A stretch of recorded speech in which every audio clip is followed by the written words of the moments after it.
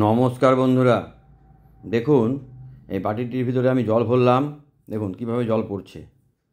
আপনাদের বাড়িতে বাটিতে যদি এরকম সমস্যা হয় বা বাটিতে যদি প্রচণ্ড শব্দ হয় তাহলে কি করতে হবে দেখুন। আর এই কাজের বিল ক টাকা আমি আপনাদের বলে দিচ্ছি। অনেকে তো বিলের প্রশ্ন করেন। তাকে বাটিটা দেখুন কি করতে হবে। বাটির বিলেটটা এক হাতে ধরে কাপলিংটা খুলতে হবে। কাপড় দিয়ে ধরতে হবে, ধরলে সুবিধা হয়।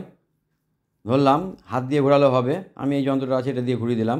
এই দেখুন, প্রথমে কাপলিংটা খুলে নিতে হবে। কাপলিং খুলে গেল।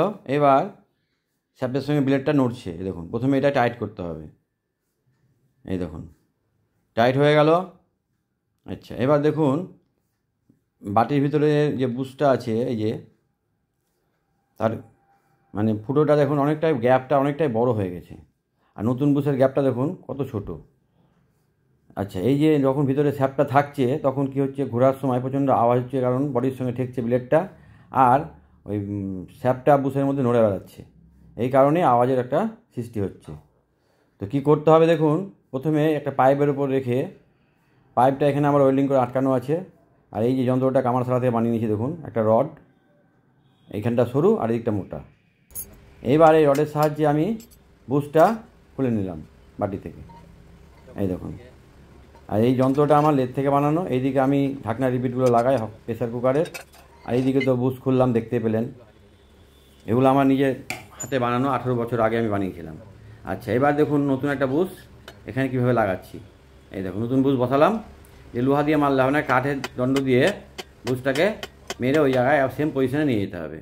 এই দেখুন পুরো বুশটা লাগানো হয়ে গেল, সেম পজিশনে চলে গেল। এবার স্যাপের সঙ্গে তো ব্লেড লেগেছিলো, ব্লেডটা টাইট করে দিলাম, দেখলেন। এখানে একটা ওয়াশার দিলাম, একটু নারকেল তেল দিলাম।